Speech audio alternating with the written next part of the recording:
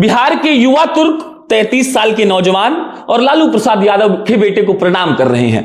33 साल के तेजस्वी यादव कल कहते हैं कि देखिए गलत करिएगा तो गलत अंजाम होगा। वो नीतीश कुमार की भाषा बोल रहे थे और ये बोलने में हमको कोई गुरेज नहीं है कि मुख्यमंत्री बनने के लिए नीतीश कुमार के चरणों में लिपट कर उनको मुजरा करना पड़े तो वो करेंगे। वो वही लालू यादव के बेटे हैं जिन लालू यादव ने कभी कहा था कि हम बताएंगे राजनीति क्या होता है और किसी आईएएस को बुलाकर खेत में खड़ा करवाकर मीटिंग करवा लेते थे। तेजस्वी यादव जब विपक्ष में थे तो उनका ट्वीट अगर आपको दिखाएंगे तो आप शर्म से लाल हो जाएंगे, पानी पानी हो जाएंगे। तेजस्वी यादव, उनके पिता और उनका पूरा खानदान ये लिखता था कि शराबबंदी के चलते 20,000 करोड़ का पैरेलल इकोनॉमी खड़ा हो गया है। लेकिन आज उसी शराबबंदी पर आवाज उठाने के लिए तेजस्वी यादव की जुबान जो है वो कटकर शायद सिंगापुर में गिर गई है। सिंगापुर गए थे पिता का इलाज करवाने, लेकिन आज 80 लोग के मर जाने के बाद आरजेडी का एक भी प्रतिनिधि मंडल यहां पर नहीं आया है। हमको खूब बढ़िया से याद है गोपालगंज में 3-4 लोग मरे थे। तेजस्वी यादव ने प्रतिनिधि मंडल बनवाई और उनको गोपालगंज भेजा और उनसे कहा कि इनको आर्थिक मदद भी करिए, सरकार पर प्रेशर भी बनाइए। लेकिन आज 100 से ज्यादा लोगों के मर जाने के बाद भी तेजस्वी यादव इस खौफ में नहीं है कि अब बिहार उनको नकार देगा। तेजस्वी यादव युवा तुर्क हैं, कहते हैं कि हमारे पास विजन है, घूम घूम कर फोटो डालते हैं, रात को औचक निरीक्षण के लिए पीएमसीएच में पहुंच जाते हैं। लेकिन हम यहां छपरा में बैठकर ही दावा से कह सकते हैं कि आज भी पीएमसीएच के सीढ़ी के पास कोई लाश पड़ा हुआ होगा। अगर नहीं पड़ा हुआ होगा तो हम हंसते हंसते पत्रकारिता छोड़कर तेजस्वी यादव के यहां झाड़ू लगाने को तैयार है। बाकी तेजस्वी जी, आपने कल मीडिया को आकर कहा कि गलत करिएगा तो अंजाम तो गलत होगा, लेकिन हम आपसे ये जानना चाहते हैं कि आपके पिता ने जो गलत किया बिहार के साथ उसका अंजाम क्या हुआ? आपको तो बिहार के लोगों ने एक्सेप्ट कर लिया। आप तारापुर में और कुशेश्वर स्थान में जाकर कह रहे थे कि जो हुआ उसके लिए हम हाथ जोड़कर माफी मांगते हैं। लेकिन तेजस्वी जी, आप छपरा काहे नहीं आए? क्या आपको कलकत्ता के वैवाहिक कार्यक्रम में जाने का समय मिला लेकिन छपरा आने का नहीं मिला? छपरा क्या है पता है आपको? आपके जो अलबेले पिताजी हैं वो पहली बार इसी सारण से चुनाव लड़े थे, सांसद बनकर गए थे और उसी सांसद के क्षेत्र में आपको आने से डर लग रहा है। आप वही तेजस्वी यादव हैं जो पहले नेता प्रतिपक्ष हुआ करते थे और दौड़ दौड़ कर वहां पहुंचते थे। आप वही तेजस्वी यादव हैं जो शिक्षकों की आवाज उठाते थे और हमको याद है परसों जब ज्ञान भवन में आप नियुक्ति पत्र बांट रहे थे तब बीटेट और सीटेट वालों को पटना के सड़कों पर दौड़ाकर पीटा जा रहा था।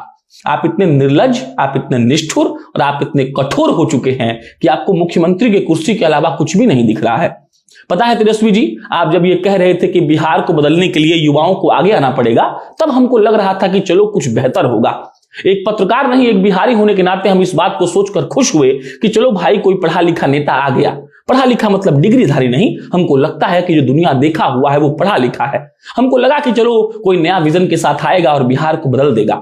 हमको लगा जो शराबबंदी पर इतने सारे ट्वीट कर सकता है वो सत्ता में आने के बाद शराबबंदी को ठीक भी कर सकता है।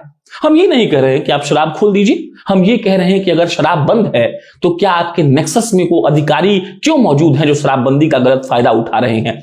वो लोग कितना पैसा कमा चुके तेजस्वी जी आप भी जानते हैं और हम भी, ये आप भी जानते हैं और हम भी कि बिहार किस कदर बर्बाद हो रहा है, और ये आप भी जानते हैं और हम भी कि बिहार के बॉर्डर पर कैसे वहां से दारू को लाया जाता है। लेकिन तेजस्वी जी उप मुख्यमंत्री बनने के बाद नीतीश कुमार के पीछे पीछे हाथ ऐसे बांध कर खड़े होने के बाद शायद आप ये भूल चुके हैं कि वो बिहार आपको चुनकर कहीं भेजा था। वो बिहार जिसके लिए आप कहते हैं कि मात्र 18,000 वोट से हम 2020 में मुख्यमंत्री बनने से चूक गए थे। आपने कभी सोचा कि उस 18,000 वोट की कीमत क्या होती है? आपने कभी सोचा जो 1 करोड़ से ज्यादा वोट आरजेडी को लोगों ने दिया था वो क्या सोचकर दिया था? आपने कभी सोचा कि आपके एक ट्वीट से हर बिहारी के अंदर एक भरोसा आया था, जो भरोसा आपने तोड़ दिया? आप छपरा क्यों नहीं आ रहे हैं हमको नहीं पता। अगर आपको कोई दिक्कत है तो हमसे बताइए, हम आपके लिए रोड क्लियर करवा देंगे। एम्बुलेंस में कोई मर जाएगा तो हमको कोई दिक्कत नहीं है, क्योंकि यहां 100 लोग पहले से मर चुके हैं और वो आपकी राह देख रहे हैं कि तेजस्वी बाबू आएंगे और खड़े होकर कहेंगे कि चाचा भ्रष्ट है, चाचा निर्लज है। आप दोनों भाई तेज प्रताप यादव और तेजस्वी यादव, हम सुने हैं कि तेज प्रताप जी मथुरा जाकर आशीर्वाद लेते हैं कान्हा जी का। तेज प्रताप जी व्लॉग बनाते हैं कि लेट्स विजिट माय गांव फुलवरिया। अरे तेज प्रताप जी, एक बार लेट्स विजिट टू छपरा भी कहिए कभी, और आपको तब समझ में आएगा कि लोगों का दर्द क्या होता है। बाकी सत्ता मिलने के बाद तो नरेंद्र मोदी भी 15 लाख वाले बयान को जुमला बोल गए थे। आप उनमें कोई ज्यादा अंतर नहीं है। वो कहते हैं कि हम भारत को बदल रहे हैं, आप कहते हैं कि हम बिहार को बदल देंगे।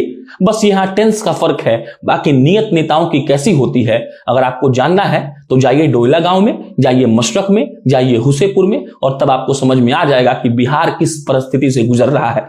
बाकी आपको बहुत शुभकामनाएं, आपके चाचा पीएम बने, आप सीएम बने, आपके लालू यादव 100 सालों तक जिंदा रहे, उनको 1000 लोग किडनी डोनेट करें, लेकिन बस इतना याद रखिएगा कि जिन लाश पर चढ़कर आप उस कुर्सी पर बैठने का प्रयास कर रहे हैं वो सफल नहीं होगा। बिहार के लोग समझदार हैं, एक दिन समझ जाएंगे कि आप जैसे नेता उनका बेड़ा गर्क कर रहे हैं, और आप जैसे नेताओं को इस बात से बिल्कुल भी मतलब नहीं है कि कौन जिंदा है और कौन मर गया। खत्म कर रहे हैं 33 साल के युवा तुर्क, सबसे बड़बोले, सबसे बेचैन और सबसे बेकार नेता को समर्पित। धन्यवाद।